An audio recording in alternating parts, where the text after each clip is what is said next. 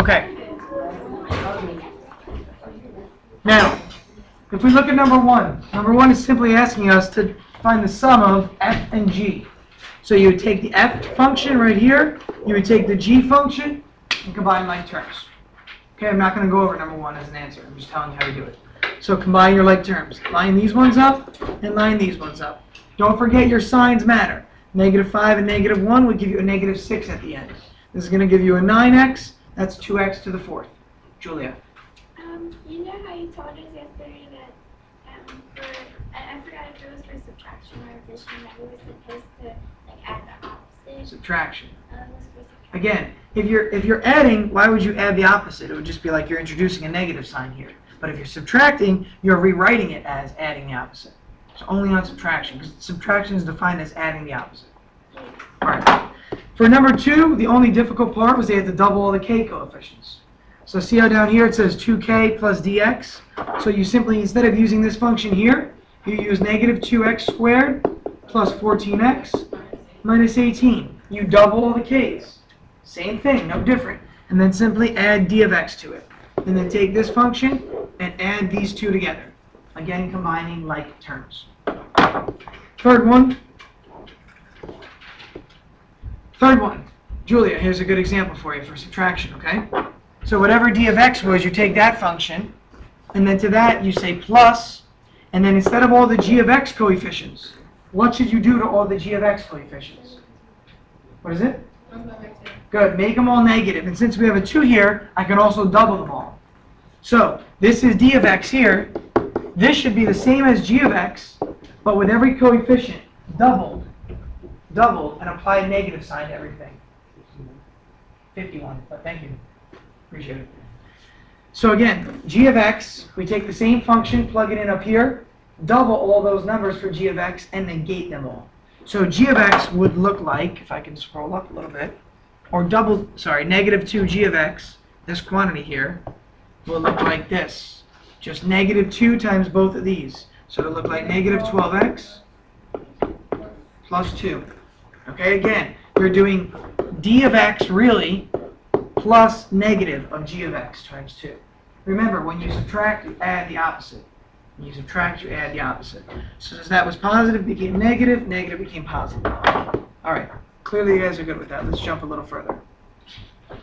Number 4, any questions? Ashley? Okay, hold on. Number 4, any questions? Okay, Ashley? Like number 5 or any of the multiplication ones, like I have problems when it comes to like adding after the Okay, so multiply, and then think of it as an addition problem like from the beginning. Line them up if you have to. Line up. We'll do one of these for sure so you can see that, okay? But just think of it as an addition. After you multiply, start lining up all of your values that coincide with one another. So if you have t to the 4th twice, then you're going to know you're going to have to combine those. If you have x squared 3 times, you're going to have 3x squared somewhere along the way. Or you're going to have like a 2, a 4, and a 7, you'd add them up and combine. But treat it as an addition. Let's do an example. I'm going to leave number 5 just because it's a simple multiplication, so is number 6. And you've seen that in your notes. But let's take a look at number 7 or 8. I'd say let's look at number 7. Number 7, who can step me through what to do here? Miguel. He's absolutely right. How come he has to multiply this first? PEMDAS. Very good, PEMDAS. This comes before it. So you multiply that and then negate the entire thing. Okay, so let's do that. So we want g of x and d of x. Let me just see what they are. G of x is going to be 6x minus 1. Somebody's going to have to dictate for me here. 6x minus 1. And what's the row across the top for g of x? G of x? Which one is this one? I'm sorry. This is g of x. I'm sorry. What is d of x?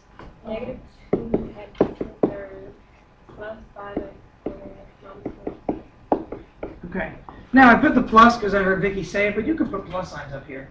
Okay, if it reminds you that it's positive, that's fine. You can write it as if it's the equation itself. So right away, I noticed there was 3 in this one, and I saw there were 2 here. So there are, instead of 9 entries, there should be only 6 entries here. So let's correct that.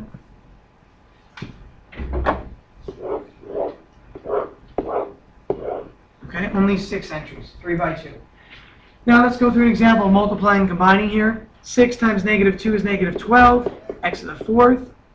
6 times 5 is 30, x to the third, negative 24x. Now, negative 1, just switch all the signs of everything.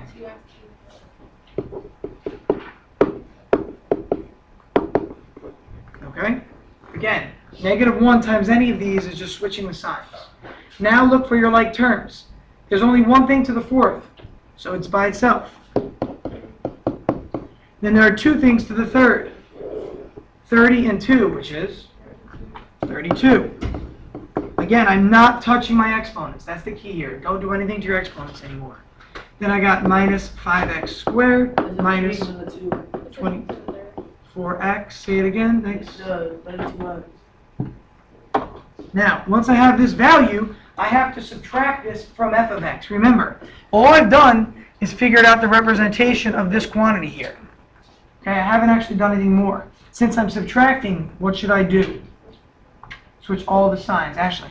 Let's say you get a negative 5 squared, and then you get like a 10x squared. Okay. Did you still add them together? Correct. So it would be negative 5x squared, and you said 10x squared, it would just yield to be 5x squared. You would just subtract the numbers in the front. So negatives, positives, no different.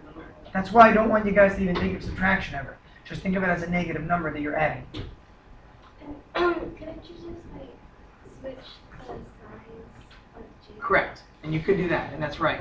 Laura noticed already. Since we're subtracting this whole thing, you could have switched all the signs of g of x along the top and done the same problem. Or you can switch them all now. But in the end, you get the same answer for sure, right? So, again, we're going to use plus. We're going to use a minus here, plus, plus, and a minus. So look at all the green, please. Okay? Now, f of x, what is the function for f of x? Who can tell me? From the beginning. 2x and 4 plus 3x. Okay. Now, looking at these problems, we'll see that we do have more like terms. Like terms are here and here. And we've got some like terms from 3x and the negative and the 24x, sorry. And then we have like terms from the negative 5 and the positive 4 at the end. Again, these two here will not have like terms. It's no problem, just carry them down. So 2 and 12 is going to give me 14x to the fourth. I'm going to carry down the negative 32x cubed plus 5x squared. Then I got a 3x and a 24x is 27x. Negative 5 and negative 4 is negative 9. Do we agree with that? Those who got to the end of the problem? Did anyone get to the end of the problem? Some? Okay, did you get the same? Okay. Again, guys, it's a process and it's tedious more than anything. What did I tell you yesterday? This is an example of a topic where there's many examples or rooms for error because of all the steps that you have along the way. Please keep that in mind when you're doing this. All right, I'm going to stop there. 8 would be the same thing. Multiply first, add together.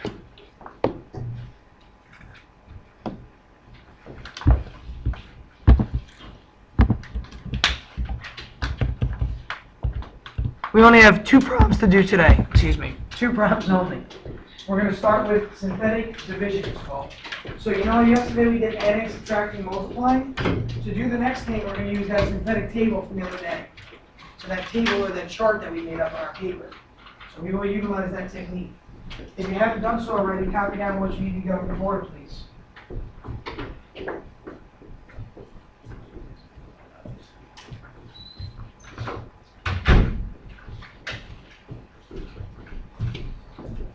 I feel like everybody's really tired today. Is everybody really tired today?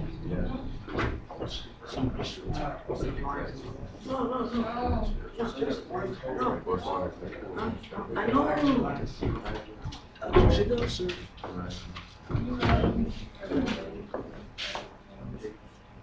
Okay, what? I have a question. Was that right? I have a question. No, but you're never this quiet. Everybody's real quiet, which is fine. It's not a problem for me, but it makes me a little bit tired, to be honest. I like when you guys are a little.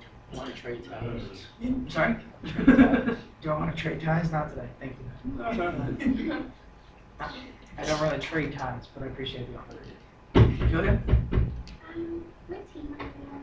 What team am I on? Big. 5. What? Big. What are you I don't know, it's number 5. I have a number. Colors. What's number 5? You know, 15. Join team The stripes. captains are Jason, Oh, my team. Isela, and Josh. Miss Jenkins? Yay. So what team are Dude, you? am I, who? My team. Miss Jenkins is right. I don't know. I know that you 4 are the captains of the team that I'm helping out with. So. I don't even know my. Is that, what color is it? Oh, yeah, the black team, okay. Well, black tonight. Alright. Watch that shirt. I gotta wear this. I should. Black's an easy shirt to have, though. A lot of t-shirts. But I got stripes. I ain't got no striped shirt. Doesn't matter. By the way, Be guys, a word. what do you, plaid spelled, how do you spell it? P-L-A-I-D. It is I-D. Yeah. I never knew that. The whole time I thought plaid was P-L-A-D. What? That's about Grabbing your nose. How would you say plaid? It's I plaid. messed up. It's I'm looking plaid. at it, I'm like, is that right? It's you plaid, grab but in your it's plaid, but knowledge. it's technically played. That's how you pronounce But it. people say plaid instead? That's Ah, okay. okay. That's weird. I've never written that word before. Why would I ever write the word plaid? You're grabbing your You nose. write the word plaid? I got salt color. No, wait, no. Alright, I bet you the plaid person is the only person who's. so, Anyway.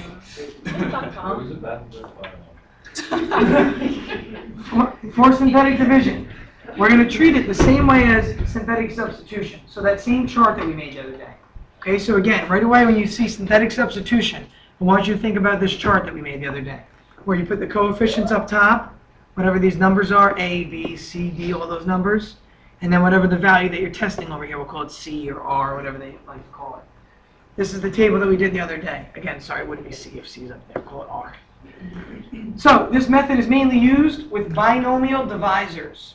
What is a divisor? A number to divide. The number that is being No, Dividend. divided, Dividing. divided by, not divided into. I thought I heard some places. Again, so it's the one on the bottom in a sense here. So h of x would be the divisor here, whereas f of x would be the The dividend. dividend. Very good, very good. Again, this is your dividend. True. This is your divisor. The result is called the quotient. Very good. The result of f of x over g of x, I'm good good with memory, words, so I sir, suck at that. is a quotient. Don't suck at math. You do math. I think differently. So again, I'm sorry, that's not g of x, that was h of x. Not that it matters right now though, but the whole thing is called the quotient, okay? Now, we mainly use this when you have a binomial divisor. Binomial means how many terms? 2. Again, binomial, and it's usually in the form x minus r, where r is the number that you're going to test out here. Again, the form of the denominator is always x minus r, where r is the number that you're testing out here. Now, this is also called Ruffini's rule. Okay, I've never actually heard that before. I was researching it 2 nights ago, and I thought it was an interesting fact, named after him. When he only made the one conjecture that the divisor, this number, has to be linear, and this is linear. So for example, if the divisor were x squared plus 4, the rule that we're going to use doesn't work. Everybody hear what I'm saying? Yeah. Okay, this rule, Ruffini's rule, will not work if you have something squared. It's got to be linear. It can't be squared, cubed, none of that stuff. Now, the remainder, what was the remainder when we did this process? What number was called the remainder in the synthetic table up top? When I got all these numbers here, which one was called the remainder? What is it? The one? The last one, the far Oh, right, right. right. Okay, so the number that appeared over here was called our y value, or the remainder. And remember, many of you put it as a coordinate, as you were supposed to, like 2, 3. The remainder now, with synthetic division, becomes the mixed part of the fraction. So, for example, if I asked you to say, what is 9 divided by 4? What is 9 divided by 4? 2 and? No, 2 over 1 4. 2 1/4. How do I do that? I can do it several ways. I can use long division. I could say 4 into 9 goes in here 2 times, which is 8. which leaves me a remainder of 1. And what you'll notice is the number in the front here is the quotient up top. The remainder always becomes the numerator of the mixed part. The divisor, if I have enough colors or if I can show you this way, the divisor is always going to become the denominator. Everybody see what's happening here? Look at the color coding. The remainder always becomes the top part of the mixed fraction. So here, I'm talking about the mixed fraction, the numerator. So the remainder becomes the numerator of the mixed fraction answer. So just like this remainder became this that's left over, the remainder we get here is going to be the mixed part of our fraction. The divisor, this 4, became the denominator. Our divisor for this problem is x minus r. So that's going to become the divisor. So this x minus 3 here in a minute will be like our divisor. That'll go in the bottom here. The mixed number, the number in front of, or the numerical part, or the whole part of the mixed number, this 2 in the triangle here, came about as the result, or the quotient. The result that we get is going to show up right here. That's going to be the result. So it's going to be the same process, okay? And it's simply just following the rules. So I'll do an example, and it'll be very clear when I go through the example. But these are where the rules come from, okay? The remainder, the quotient, the divisor, the dividend, all those values are coming in the repeated here. But again, it looks a little different because we have numbers and we have variables. We can do today's method with long division, and you would write it like this.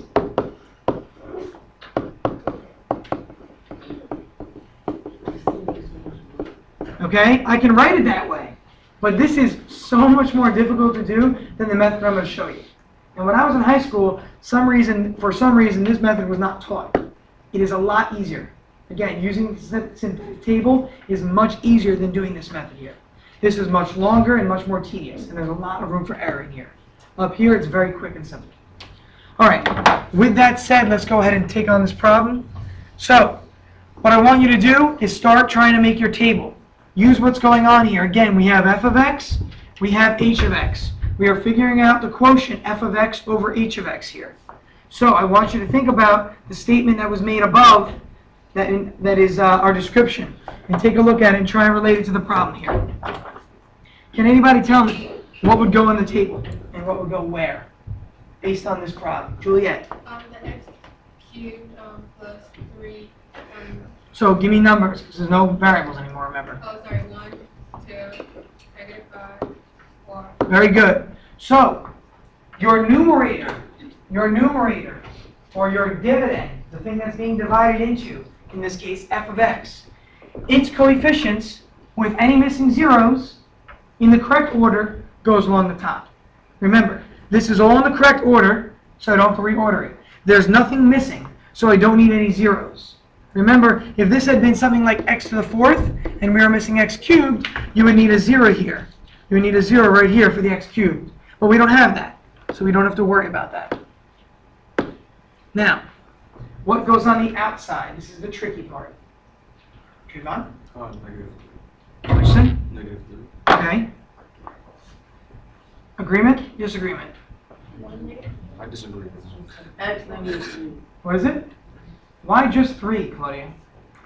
Why would you say it's just 3 in this problem? What are you looking at, like, up in the description that helps you tell you that? Want to help you out? Because it's like x minus r. Good. The divisor is written as x minus r for this to work. Remember how it was like x minus h plus k? And h, we always have to switch that number? Yes, no, maybe so? Yeah. Okay, k we use the same, h we switch. Same idea. The divisor for this rule is x minus r. That's the way the rule was derived. So to do that, you have to actually switch the number that is given here. So this, it looks like a -3, right? So you need a +3 out here. Or just think to yourself, this is r, because r is x minus r. So 3 and r are equivalent. And as I showed you earlier, r goes out here. So r is 3. Take a look. R is 3 in this problem. R is what's going out here, so put your 3 out here. Okay? Now, perform the operation yourself, and then we'll talk about the next part. Try and go through these steps. Do your steps, same as last time, guys. Do all your steps. Bring down your 1 and then continue. Complete the table. It's not you're multiplying, you're adding, you're subtracting all in one. So perform the operation. It's not multiplying. Again, it's not multiplication. We're not doing your mission. So I don't want So, to break out. complete the table. No, let's bring that one down. Bring the one down. Shift the one down. Multiply 3 times 1. 3 plus 2. Good job. 3 times 5. 15 minus 5. 10. 3 times 10. All right. Quickly, for those who need a little bit of help on this, quickly review. 3 by 1 plus 2. 3 times 5. 15 minus 5. 10 times 3. Plus 4. All right. Now, I've been putting up videos, and some of you might have seen them yesterday, to different YouTube videos whenever I see one. So I did put one up the other day on synthetic substitution. The tables that people use do not look like the table I use. Mr. Smith invented this table. I've never seen it used like this before. So, again, when you look at the videos, you're going to see tables that look like this, or tables that look like this, with a lot more numbers. So, for example, see how I do 3 times 1, I get 3, and then I plus 2 to it? A lot of tables do this. They put a plus 3 here. Again, a lot of tables put an extra row. They put a plus 3, whatever this is. Now watch. 3 times 5 is 15. A lot of tables put a plus 15 right here. And they show how they get the steps. 3 times 10 is 30. People put plus 30 here, and they add them. So I'm not showing all those green numbers there. Does everybody see that? So if you look on your synthetic table videos, if you look at synthetic division video tonight, I put one up there. You'll see it today. Your tables will have all these lines here, all these extra numbers. So don't let that confuse you when the author does that. Okay, depending on who it is. But I've never seen somebody do it the way we do it before, ever. And if you look up, type in synthetic substitution or synthetic division, you're never going to see a table this way. I don't know how or where Mr. Smith got it from or invented it, but he showed me it last year. So, anyway, we're going to use this table later on. Okay, there's a reason we're not using these numbers, and I'll explain it when we get to that time. Where is Mr. Smith From Philadelphia. Parts of the Where way. is Ohio. Ohio? From where? Just by Philadelphia. I thought it's from Germany. Now, he came back almost. remember, this is like my answer right here. Oops. This is like my answer right here. Remember, that's my quotient in a sense. What did the 34 become? Your remainder. Your remainder. Remember, this is your remainder. Guys, stop. Come on. I'm talking. You're talking over. Remainder, or we think about this as the numerator. This is your answer, or it's like your quotient. Okay, or like the whole number part. This here indicated what again? Dividend. Was it? No. Divisor. Remember, this indicates that the divisor is really x minus 3. That's what that indicates. So every part of this problem indicates something different. Now, if I want to write this as an answer, here's how I do it. This is a little bit tricky, so make sure you're paying full attention here. The numbers turn out to have variables next to them. And I'll explain how this works in a minute. So what I want you to do is think, what was the highest exponent? What was the highest exponent that we divided into a minute ago? 3, right? We had x cubed. We had 1x cubed, 2x squared, negative 5x plus 4. Since that was a dividend of x cubed, so we had something with x cubed in the numerator, and we were dividing by something that had an x in the denominator. What do you suspect will happen in the answer? What will its highest power be? X2. X cubed. Again, I know there was a minus 3 here, there's a minus 3 right here, and there's a lot of other stuff. But think about it this way. If this is x cubed and this thing is x, it's going to reduce all these powers by 1. Right? Logically. So all of your answers, your highest answer now, will not be x cubed, but it will be x squared. So start with this and make it x squared. Make this plus 5x, or whatever is next. Make this plus 10. Again, what I want you to see here is that for this problem, your result is just 1 degree less than your original problem. Your original problem was x cubed. That was your dividend.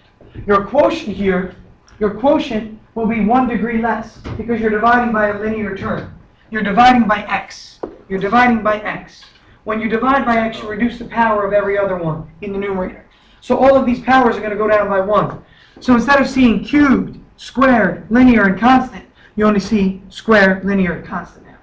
Okay? So whatever these terms are, bring them all down, carry down their signs. So if this was a minus 10, it would be a negative 10 at the end here. Ashley? So if the highest power would be like 4. Then it would have been 3. If the highest power was 7, that'd be 6. Okay, it's always 1 less. Now, this is my answer. I mean my mixed part over here. Can somebody tell me what it would look like? Plus 34 over? It's not 3. What's the divisor? X minus 3, which looks really weird, but this is your answer here.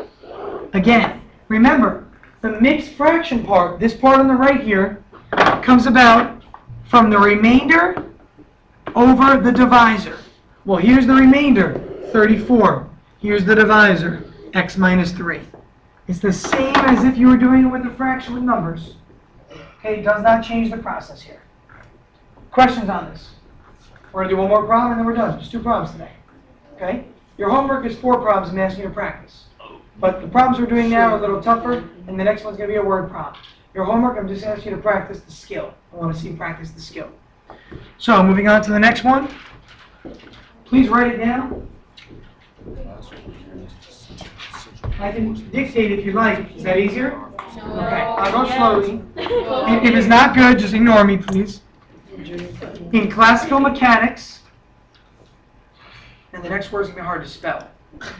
The centripetal force, centripetal is spelled like cent, C-E-N-T, okay, R-I-P, cent, rip, etal, E-T-A-L, okay, like petal. So cent, re, petal. So you can spell it out if you want to break it down. Centripetal force, the centripetal force needed, Pero was a D, not a T. it's whole like a flower petal. Needed to keep a car, you're right, it does have a D also, to keep a car from skidding during a turn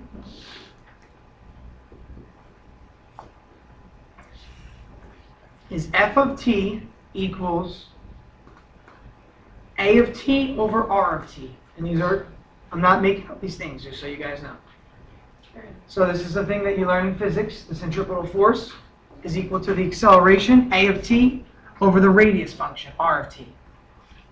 Okay, so again it says, the next part says, where A of T is the centripetal acceleration, and R of T is the radius of curvature. Again, where A of T is the centripetal acceleration, and R of T is the radius of curvature. I'll draw a diagram in a minute to show. Determine the representation f of t, so solve for f of t, if a of t equals 2t to the 4th minus 3t squared plus 4t minus 7, and r of t is equal to t plus 2. Okay. The standard formula is F equals actually mv squared over r. And I just told you it was a over r. But the reason is because mv squared is what a is, really. You can also write this as a over r. So, this is the force needed for the car to stay on its curve. So imagine you have a car and it's driving straight on a road. Then it starts to turn and it does like a loop on an entrance ramp, and then it starts going east. So you're driving north, okay? So let's say you're driving north on I-95, okay? You're driving north on I-95, and I-95 connects with Kenilworth. And Kenilworth, is Kenilworth run east and west? No, we'll say 410. I-95 connects with 410, you get off at the exit, and you start going east. Well, take a look. You have a curvature here, and it's different based on where you are. At the point that you're right here, and you're going forward, you have not begun to curve yet. So there's no radius of curvature. Then you start to curve. As you curve, your radius of curvature changes as a function of time. So your radius of curvature here might be a radius of like 7. But then look at your radius of curvature here. What's it now? Maybe like 3. Then your radius of curvature might stay at 3 for a while. It's still 3. It's still 3, like spokes on a wheel. Then your radius of curvature is now something like maybe 5 or 6. Then it gets back to like 7, until now you're going straight again, and you no longer have a radius of curvature. So what you can see is that your radius changes based on where you are in this shape. And this shape is more of a spiral. That's the word you would call it. It's not a fancy word at all, it's a spiral. So if you see something like this, where it spirals out, and then it spirals in again, these have different radii of curvature along the way. Look at the radius here. Look at the radius here. Look at the radius here. Look at the radius here. So your radius can change as you change your curve. That's why the radius is defined as a function here. Again, that's why the radius in this problem has a function to it. Now, the function for the radius of curvature would be a lot more complicated than t plus 2. It would not be linear, really. Okay? So I'm using a little bit of, I'm stretching a little bit here. The function for radius of curvature would really be something like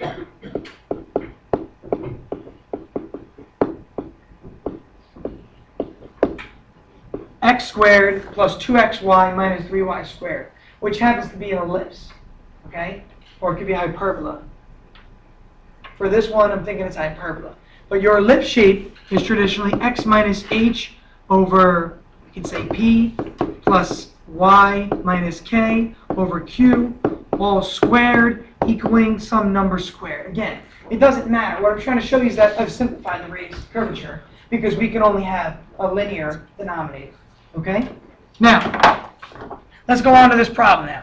So, that was just background on where the problem comes from. That's just about physics behind it, sorry. Okay, the actual problem asks us that the force is the acceleration over the radius. So take the acceleration function and divide it by the radius. So you want to take this function here and divide it by this function here. So, use your table, please. Do not do this any other way. Use your table. My headings, what can they be? Can somebody raise their hand and give me all 4 of the headings, or 5 or 6, whatever? Trayvon. 2, -3, 4. Zero. Hey, hey. What's missing? Where's the x cubed? Oh, yeah. Or the t cubed, right? True. It's t in this case, but x cubed, whatever you want to call it. Alright. Then -3, 4, then -7. Very good. Okay? So again, many people corrected Trayvon. I'm glad you guys did that. Good. Can't forget your zeros. And this happens to be in order, so we don't have to reorder it all. Now, here's my divisor now. T plus 2. So what goes out front? True. -2. Very good, Gisela. -2. Okay, be careful there again. Remember, the divisor is traditionally in the form x minus r. If ours is in the form x plus a number, we must use the opposite of that number. Now please complete the table. Okay, bring down the 2. -4 plus 0 is -4. +8 plus 3 is going to be +5. -10 and 4 is -6. -12 and 7 is +5. Okay, check that you get the same thing. You should be able to do it that fast by now. Again, you're multiplying, adding. Multiply, add. Multiply, add. Multiply, add. That's all you're doing every time. So, can somebody raise their hand and tell me what the answer would be to this problem? Sorry. 2 minus 4t squared. Oops, hold on. I put x. We're looking at t for time. Thank you. Go ahead. Plus 5t minus 6 plus 5 over 3 plus 2. Awesome job. Okay, there's your final answer. And what is that, the function? That's the force function. So if you want to write f of t, which we probably should, equals.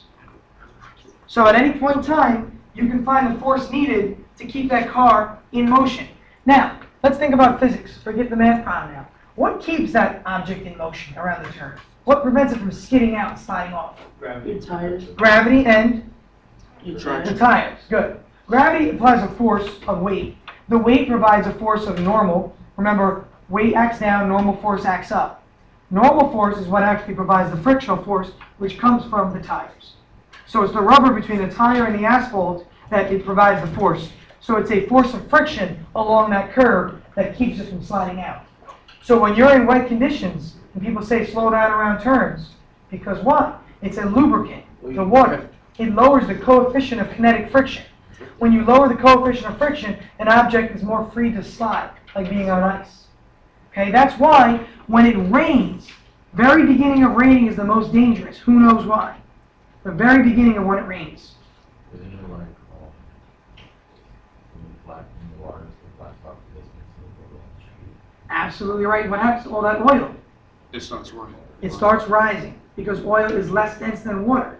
So when the oil rises, there's oil pockets in asphalt all over the ground. There's oil in all of them, okay, just from as a result of making the actual asphalt. So when the water fills in those spots, it fills in all the crevices. Well, the oil is less dense, so it comes to the surface. If you ever put oil and water, they separate. That's why you say like oil and water, because they're separate things. They never combine. So the oil comes to the surface in the very beginning of the rainstorm, especially when it rains very little, and then you have a slick road, which is when you start hydroplaning. Hydroplaning is when your car starts to act as if it's a, yes, or like a, what's it called, a hovercraft. You know how hovercraft works? Yeah, it's hovering over the water. Okay, how hovercraft kind of hovers over the water. It provides some sort of a force, like a thrust down. So there's 4 thrusters that propels it, and it moves. And it will still next to Don't forget, guys, you only have 4 problems tonight. Take it on your way out. Oh, you know what? I'll just hand them out right now. It's a lot easier. 3, 4. Take one on your way. I didn't know you got that. Each, please. Oh! Oh! Lauren. You got it? Oh, my gosh. You win.